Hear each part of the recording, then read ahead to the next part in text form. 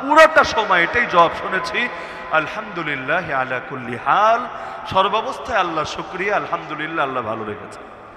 তাহলে এটা বলতে পারাই তো বান্দার বন্দেগীর পরিচয়। আর যে শুকরিয়া আদায় করে আল্লাহ তারা খারাপ রাখে না, কারণ আল্লাহর জন্য যে শুকরিয়া আদায় করবে আল্লাহ তার নেয়ামত বাড়াবেই বাড়াবে, এটা আল্লাহ তাআলার ওয়াদা। হ্যাঁ, পয়সা বাড়ার মানে সুখ বাড়া না, পয়সা বাড়ার মানে সুখ বাড়া না।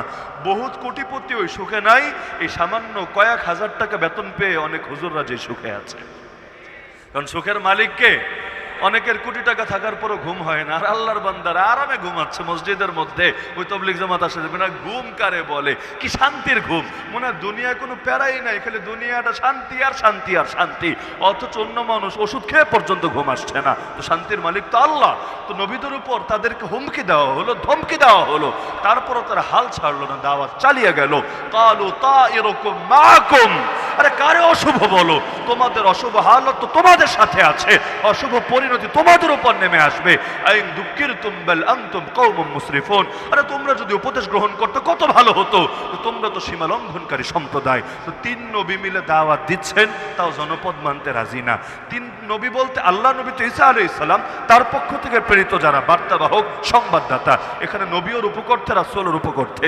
নবী মানে সংবাদদাতা, রাসূল মানে বার্তাবাহক, তারা বার্তা বহন করে এসেছেন, নবীর দিকে দাওয়াত দিচ্ছেন, লা ইলাহা ইল্লাল্লাহ ঈসা রূহুল্লাহ, কালেমা পড়ো, রাজি না।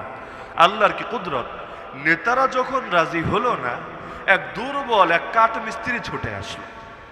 আপনি নবীদের ইতিহাস পড়লে অবাক হবেন, আসলে অবাক হওয়ার বিষয়। কয়জন নেতা নবীদের উপরে ঈমান এনেছে, আর কয়জন সমাজের অবহেলিত অসহায় নিপীড়িত জনতা ঈমান এনেছে। দেখবেন আপনি নবী নূহের জীবনী পড়েন, অন্যান্য নবীর জীবনী পড়েন, জাতি এসে এটা বলতো, আরে তোমার উপর কিভাবে ঈমান আনতে পারি, ওয়াত্তাবাআকাল আরযালুন, অথচ সমাজের নিম্ন শ্রেণীরা তোমার সঙ্গে ওঠা বসা করে, তারা তোমার অনুসারী হয়ে বসে আছে। কখনো বলতো মা নারাকা ইল্লা তাবাক আল্লাযীনা হুম আরাদিলুনা বাদিয়ার রাই, কি ব্যাপার, দেখতে পাচ্ছি আমাদের মধ্যে যারা একেবারে বি ক্লাস, একেবারে সাধারণ, এবং যাদের চিন্তা ভাবনা গভীর না, ভাষা ভাষা চিন্তা ভাবনা, তারাই দেখে তোমাদের উপর ঈমান এনে বসে আছে।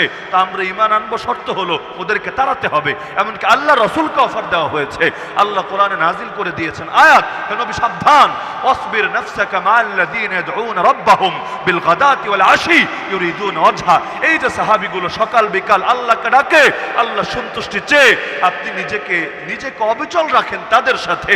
ওয়ালা তাদু আইনাকা আনহুম, এদের থেকে দৃষ্টি অন্যদিকে সরাবেন না। কি চান আপনি, তুরিদু যিনাতাল হায়াতিদ দুনিয়া, আপনি দুনিয়ার পয়সা চান, দুনিয়ার সুখ শান্তি চান, এগুলো কেন? ওয়ালা তুতি মান আগফালনা কলবাহু আন যিকরিনা, যাদের অন্তরকে আমার জিকির থেকে আমি গাফিল করে দিয়েছি, খবরদার আপনি তাদের কথা